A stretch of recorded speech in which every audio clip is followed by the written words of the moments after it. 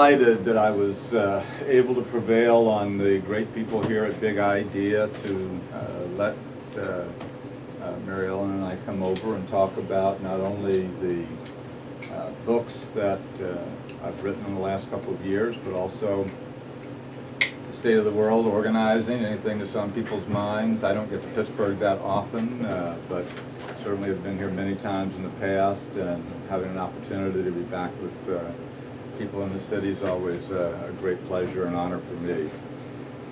The last 2 days I was in Youngstown speaking at the university there. They have a working class lecture series, and I got to give one, and it's sort of fascinating to see what Youngstown has become over the last number of decades, and to also see some of what's happening in terms of community organizing there with the Mahoney Valley Organizing Collaborative, which is really doing some pretty interesting work, particularly trying to divert some of the foreclosure settlement money, some $75 million through the Attorney General's office in Ohio, towards demolition of abandoned properties and potentially coming up with a reason and wherefore about where they should be.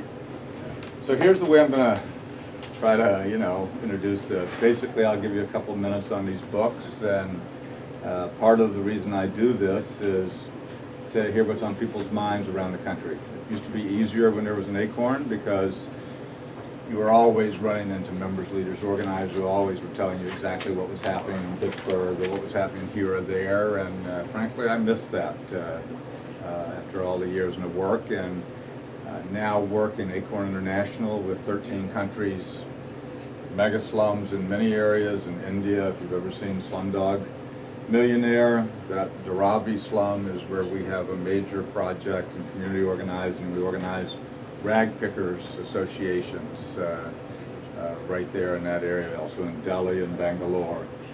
We organize in Korogochu and Nairobi, which is the oldest of the mega slums in Nairobi, La Matanza in Buenos Aires, and Netza in Mexico City, San Juan Lurigancho in Lima, Peru, and so forth and so on, as well as Tegucigalpa and San Pedro Sula in Honduras now, which is a fairly new project for us.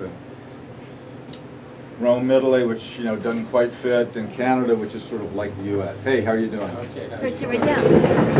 Rathke? Jim? Oh, good. You're bigger than your picture, so thank goodness. Smaller than life, bigger. Yeah, larger than life. There you go. When I left Acorn after 38 years, June 2nd of 2008, part of what I'd already agreed to do was look at some of the experience of campaigns and organizing over that period, and out of that emerged Citizen Wealth, the book that was published a year later, 2009. And part of what I was interested in trying to do, and it evolved as you started doing the research for it, is trying to understand what the growth and development of community organizations have been over the periods of which I've worked, starting in the late 60s with welfare rights and then founding Acorn in 1970. Part of what we've seen is the evolution of something that went a long way from being about stop signs, which is often the sort of knock on community organizing. This is another civic kind of thing, trying to deal with protecting property values and more stop signs and speed bumps and this, that, and the other. And what we saw emerge, particularly over the last 10 or 15 years of Acorn's history, both when I was there at least, was many of those things sort of coming together in a confluence of major campaigns that made a real difference. Perhaps the signature victory of our generation of community organizers was the passage of the Community Reinvestment Act in 1978, which pushed money from banking institutions. Thanks, everything. Yeah. Pushed money from banking institutions, forced there to be more equity and eliminate discrimination, particularly around race, so that redlining was outlawed, and a series of very difficult campaigns and agreements that emerged between 78 and the mid-80s, we had the ability to move what turned out to be billions of dollars into both housing rehab and home purchase. The best reckoning I came up with in the book was that there were probably 7 million houses that came directly. We got chairs. We got chairs, there's more coming. Oh, you're up. Oh. Yeah. Hey, how are you? Good.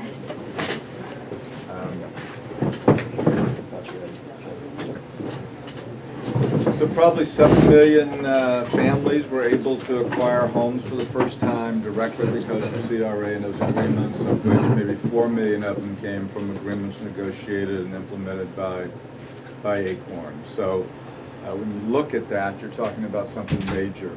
In fact, somewhat similarly, as we started living wage campaigns, where we were probably involved in more than 100, the total level of benefits that came from enacting some of those campaigns were amazing. If you just looked at Florida in 2004 or Ohio in 2006, 750,000 workers got a raise once we won the minimum wage increase in Florida in 2004. $2.3 billion transferred immediately. Well, it's not the end of the world. It's not like having a good union contract, but almost nobody has a good union contract anymore anyway. But it was an increase of at least $1 directly to everybody. For full-time workers, a $2,000 raise. In Ohio in 2006, as well as 7 other states where we won minimum wage referendums that year, it was transferred to almost 500,000 workers and about $1.3 billion. Because those increases were indexed, it also meant even today, though Acorn is dead as a doornail, people are still getting cost of living adjustments added to those minimum wages that don't exist federally but exist in some of those states. You add it all up, and there was in fact a study of those campaigns as well as our maximum eligible participation campaigns to try to make sure our members and other low-income people in our neighborhoods accessed benefits and entitlements that are already allowed by law that just weren't being received: food stamps, EITC, child tax credits, the whole gamut of those benefits. But an outside study done of Acorn's campaigns for one 10-year period between the early 90s and early 21st century, this scholar found $15 billion worth of benefits that were transferred because of directly those campaigns, of which $6 billion were in this living wage. On the whole, it looks, you add things like our voter registration efforts, no matter how controversial, and what they did to increase voter activity, citizen participation, or something like the work we did in New Orleans after Katrina, where 5,000 houses were gutted, saved essentially by our neighborhoods, and 6,000 of our members were able in many cases to be repopulated through a long effort which continues now under the name, a different name than Louisiana Acorn, but based on those efforts, because our national headquarters was in New Orleans. Rather than abandon the ship, we obviously hunkered down, came back, mounted a multi-million-dollar rebuilding effort, used thousands and thousands of volunteers, some of them from the Pittsburgh area, churches, universities, and about anybody else. And that's what's covered in this book that came out last year, The Battle for the Ninth Ward, Acorn Rebuilding New Orleans and the Lessons of Disaster.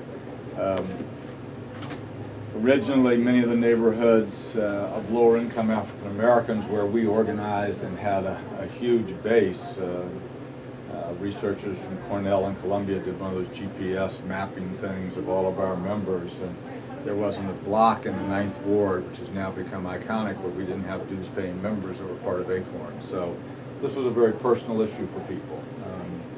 And Acorn's role in keeping those neighborhoods, in some cases, from being, there was an X on some of the planning documents that to bar people being able to resettle in those neighborhoods, and they were supposedly going to go back to cedar swamps as they'd been 200 or 300 years ago.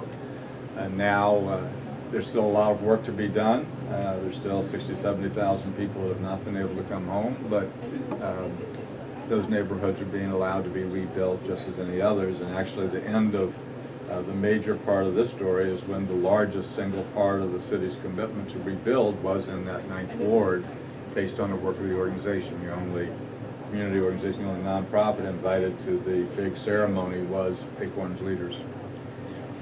So if you look at all that work, part of what's been painful for me since the